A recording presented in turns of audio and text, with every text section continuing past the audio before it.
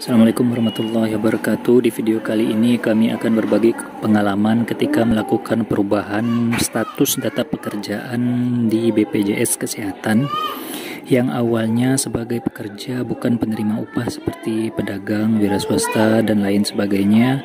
Kemudian akan kita ubah menjadi data pekerjaannya sebagai PNS ataupun PNS daerah. Adapun syarat-syarat yang harus kita persiapkan, yang pertama yaitu SK terakhir. Dalam hal kita masih CPNS, maka yang kita lampirkan yaitu SK CPNS. Kemudian yang kedua yaitu daftar gaji. Nah, kalau kita statusnya masih CPNS, maka daftar gaji kita biasanya bisa kita mintakan ke BKAD, yaitu Badan Keuangan dan Aset Daerah. Sementara jika kita sudah PNS, maka daftar gaji kita bisa kita mintakan ke bendahara gaji masing-masing instansi ataupun dinas. Yang ketiga yaitu formulir KP4. Formulir ini dapat kita mintakan ke bagian umum ataupun ke teman kita, kemudian kita isi dan kita mintakan tanda tangan kepala dinas. Ini biasanya formulir KP4 ini berisikan tanggungan-tanggungan yang kita miliki seperti anak dan istri. Kemudian syarat keempat yaitu KK. Nah, keempat syarat ini yang kita perlukan hanyalah fotokopiannya.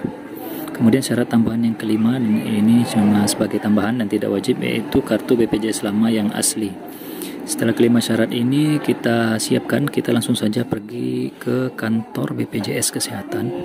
Kemudian kita langsung ke loket dan temui petugas yang ada di loket.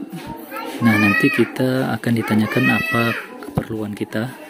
Kemudian kita disuruh mengisi formulir.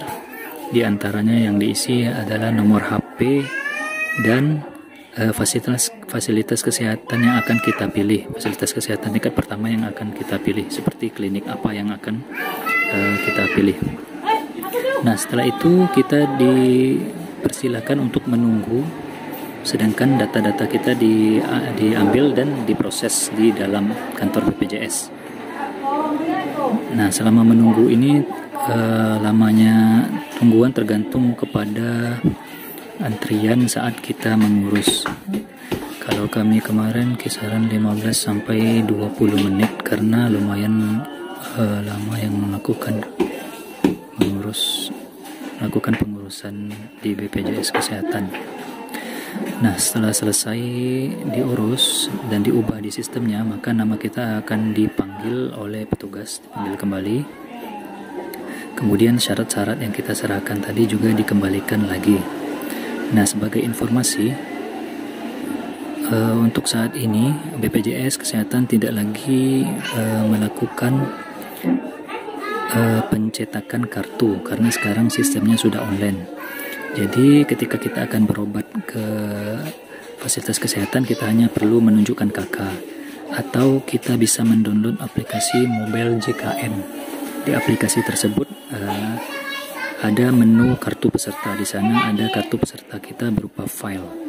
Nah, dari aplikasi Mobile JKN tersebut kita bisa mengirim kartu tersebut melalui email, sebut ke email kita, dan bisa kita cetak sendiri jika kita mau mencetak. Namun jika kita tidak mau mencetak, cukup membawa fotokopi KK saja ketika berobat. Nah, sebagai informasi tambahan, ketika kita pekerjaan kita sebagai pekerja bukan penerima upah seperti pedagang, wira swasta atau sebagainya, maka biaya ataupun iuran BPJS biasanya ada kelas-kelasnya, yaitu kelas 1, kelas 2, dan kelas 3. Kelas 1 100-an ribu, kelas 2 sepertinya 80 ribuan, ataupun kelas 3 biasanya 35 ribu.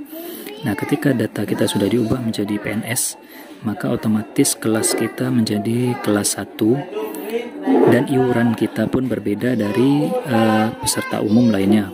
Iuran untuk PNS ataupun yaitu sebesar 5% dari gaji pokok dan tunjangan tetap tiap bulan kita.